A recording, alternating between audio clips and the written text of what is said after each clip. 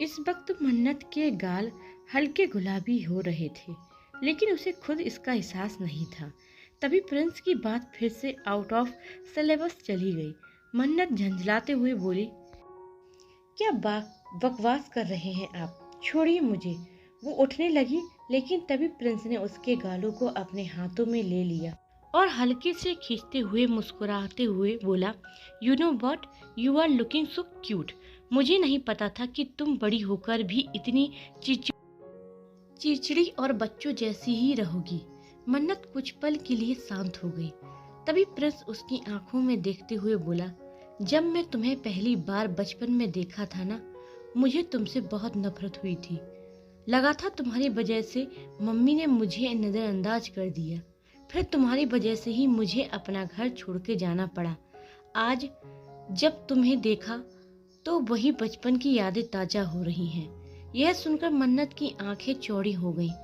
तो क्या तो क्या आप अब मेरा गला दबाकर वही कर देंगे जो बचपन में ही नहीं कर पाए थे? ये सुनते ही प्रिंस ने गहरी सांस ली और आंखें बंद की और खुद को कंट्रोल करते हुए कहा, तुम इतनी भी स्टूपिड नहीं हो। उसने धीरे से उसे अपने से अलग किया और खुद उठ खड़ा हुआ। फिर गंभीर लहजे में पूछा, क्या तुम्हारे पास लाइटर है? मन्नत थोड़ी कंफ्यूज होकर बोली, गैस वाला लाइटर है, चाहिए क्या? प्रिंस ने उसे ऐसे देखा जैसे किसी बच्चे को देख रहा हो। मुझे सिगरेट जलानी है, गैस नहीं।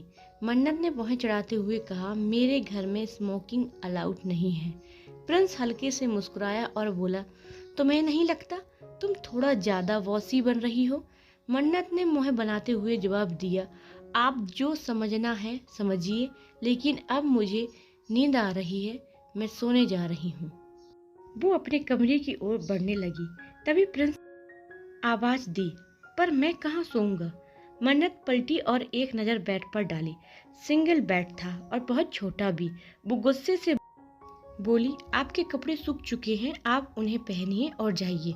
यहाँ आपके लिए कोई जगह नहीं है और मैं अपना बेड किसी को नहीं देती। ये कहते हुए वह तेजी से बेड की तरफ दौड़ गई। मन्नत जब उठने ही वाली थी तभी प्रिंस के एक्सप्रेशन बदल गए। वो उसे घूरते हुए बोला, मैं तुम्हारे साथ कोई कुश्ती नहीं करने वाला हूँ जो तुम ऐसे उस बेड पर कूद रही हो।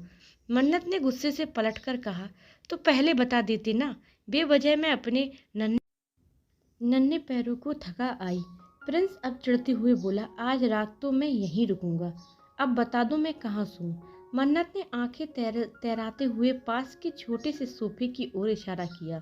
अगर सोने का इतना भी शौक है तो इस सोफे पर सो जाइए, क्योंकि इसके अलावा कोई जगह नहीं है।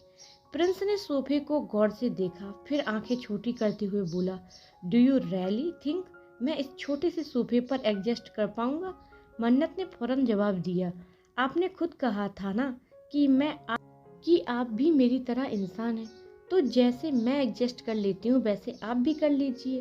प्रिंस मुस्कुराया, काफी स्मार्ट आंसर देती हो तुम। मन्नत ने मजाक में अपने दांत दिखाते हुए कहा, मैंने कहा था ना, बचपन से ही मैं स्मार्ट हूँ, आपको अब पता चला। प्रिंस थोड़ी झंझलाहट में बोला, मुझे बकवास पसंद नहीं है, साफ साफ बताओ कहाँ सोने वाला हूँ। तभी मन्नत भी थक चुकी थी और झंझला कर बोली, लीजिए मेरे साथ बेड पर ही सो जाइए, क्योंकि यही एक जगह है जहाँ आप फिट हो सकते हैं। अचानक उसे अपनी बात का एहसास हुआ और उसने चौंक कर कहा, नहीं नहीं, ये मैंने क्या कह दिया? मेरा मतलब था मैं अपना बेड किसी को नहीं देती।